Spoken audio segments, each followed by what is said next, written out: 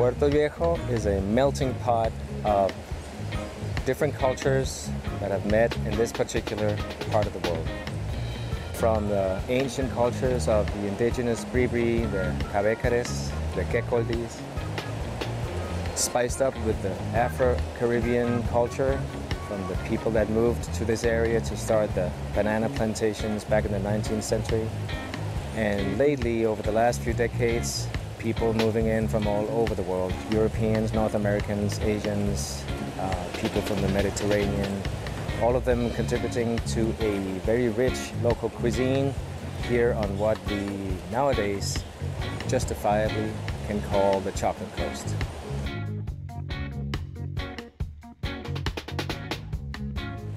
It's hard to imagine today that just less than 40 years ago there were no roads with bridges leading to Puerto Viejo. This place was very isolated.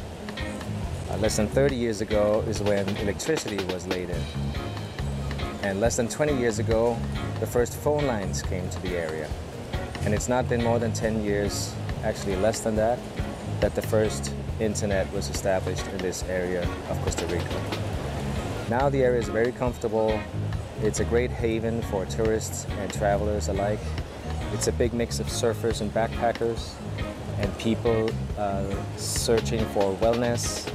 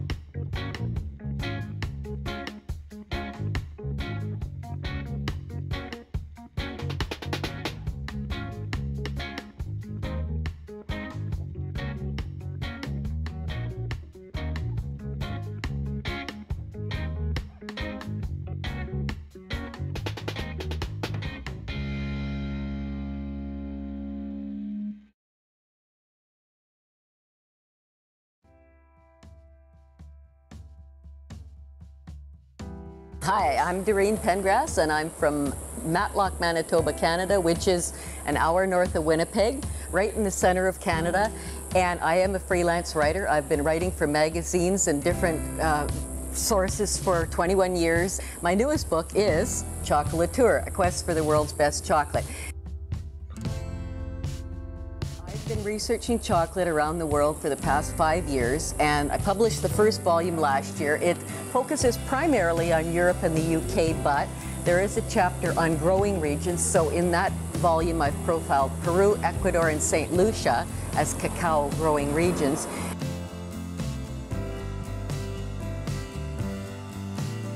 There's a tremendous movement globally where chocolate is now being produced where the cacao is growing. That is the really exciting thing about the chocolate industry now, and specifically artisanal chocolate.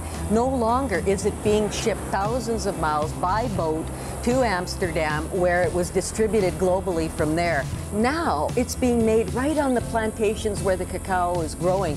And that's what I found so fascinating about visiting with cocoa producers in Peru, Ecuador, St. Lucia, and now Costa Rica. The chocolate tastes so much better. It tastes so vibrant, full of floral notes and nutty notes and earthy notes that you get right from the terroir in which the cacao plants are growing.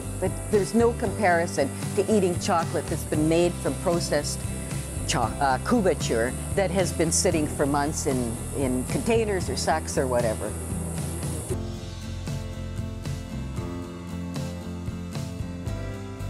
The single origin chocolate, yes, it does have some specific notes to this area, and you'll find that with cacao grown anywhere, that it does taste different from region to region. And that's why I'm encouraging people to travel for the sake of chocolate, because you can't taste that kind of chocolate unless you go to it.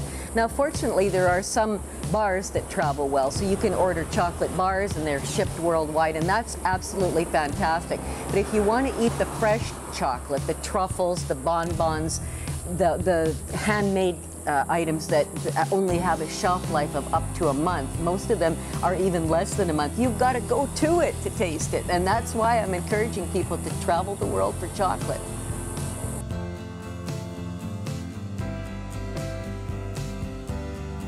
For the second volume of Chocolate Tour, I'll be covering the Americas and the Caribbean. So that means North America, so that's Canada, the US, and Mexico.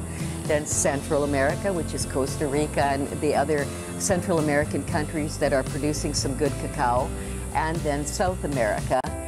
So I've done Peru, Ecuador already. I may go to Venezuela because they're growing a lot of cacao. And I'm hoping to get to Bolivia because that's the only place on the planet where there's wild cacao still being grown, called Bene. And then I will also be covering the Caribbean. So a lot of Caribbean islands do have some magnificent cacao. I've already had some from Trinidad and Tobago. I've been to quite a few Caribbean islands, and I hope to get to more before I finish my research for the second volume.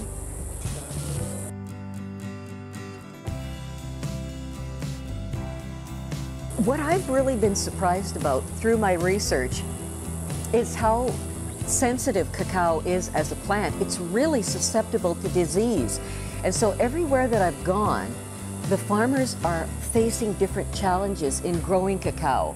And here there is a pod rot disease that is really damaging a lot of the crop. And so Katie, I went to their 70th anniversary. It's a research institute, and they're really doing a lot of studies to find varietals of cacao that they can grow through grafting and hybrids that are more disease resistant, and that will help the farmers produce higher yields and hopefully a stronger breed of cacao that will be able to face the challenges of the future. They're even saying that Ebola could challenge the existence of cacao in the future. So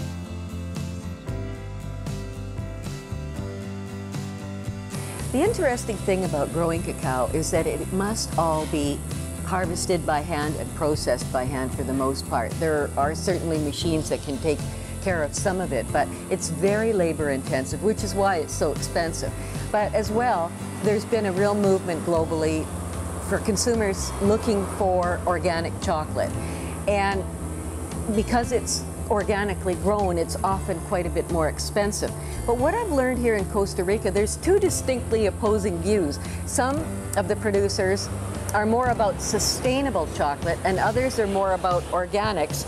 And then there's kind of a meeting of the minds in the center form of thought where they're looking for sustainability with some organics, but not necessarily exclusively organic, because it really is difficult to get organic certification on a global scale. So I think people have to be more sensitive to the sustainability of how the cacao is grown and how fairly the farmers are paid, as opposed to whether it's 100% organic. From what I've learned from the producers, that's not quite as important as how the farmers are treated.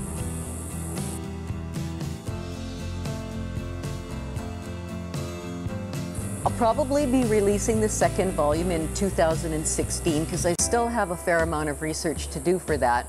But the third volume of Chocolate Tour will focus on the far-flung areas of the world from here. So that will be Asia, Africa, Australia, New Zealand, Indonesia, the Middle East, because surprisingly there's some really great cacao being grown in Indonesia. In Vietnam, there's Maru chocolate. There's some really excellent cacao being grown on that side of the world. And as well, even though they're not growing so much cacao in Japan, the Japanese love their chocolate, and the middle-class Chinese are now starting to embrace artisanal chocolate. As well, you're finding that in the Middle East, such as the UAE, Dubai, Abu Dhabi, there's a lot of wealth there, and so they're importing the finest artisanal chocolate from around the world and selling it there.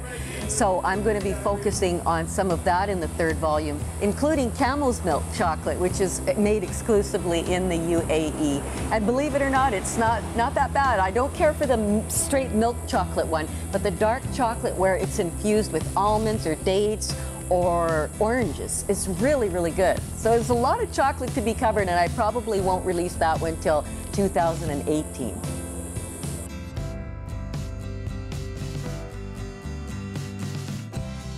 What I'd really like people to think about in my project and in general when it comes to chocolate is that forget about chocolate candy.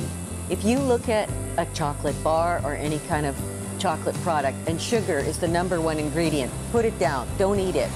Eat pure dark chocolate. That's healthy chocolate. It's actually good for you. It's good for your hair, your skin, even for weight loss because it helps suppress appetite. So I have a rather extensive chapter in my book on the health benefits of chocolate. And I really want people to think about that chocolate has the most antioxidants of any power food on the planet. So if you eat 70% or higher dark chocolate, you're doing yourself and your body a favor. Don't eat the chocolate candy. Look to the good stuff. It costs more, but your body will thank you for it.